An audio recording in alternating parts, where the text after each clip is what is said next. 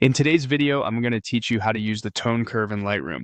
Let's start by firing up Lightroom on your computer. Once you're there, the first thing you'll want to do is import the photo you plan to work on. To do this, navigate to the File option on the top left of your screen and then click on Import. This will bring up a window where you can select the photo you want to enhance. Choose your file and hit Import again, and soon enough, the picture will appear in your Lightroom library. Now that your photo is successfully imported, you'll see it right there on the top right corner of your screen. To the Develop module we go. You'll want to click on the Develop tab, which is an essential part of the Lightroom interface for serious editing. This area is where the magic happens, allowing you to make all kinds of tonal and color adjustments. At this point, if you look carefully to the right side of your screen, you'll notice the Tone Curve section. This is where you get into the nitty-gritty of your photo's tonal contrast. Click on the Tone Curve panel to open it up. Here, the panel will show a graph. The x-axis represents the tonal range from shadows to highlights, and the y-axis denotes the level of light in those tones.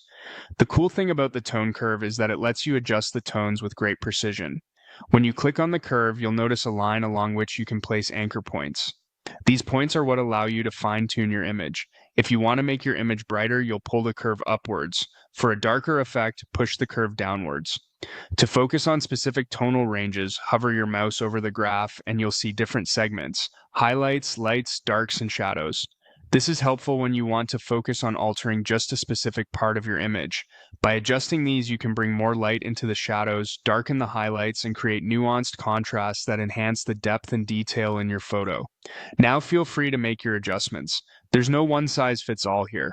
Every image is unique, so take your time exploring how each change impacts the overall look and feel of your photo.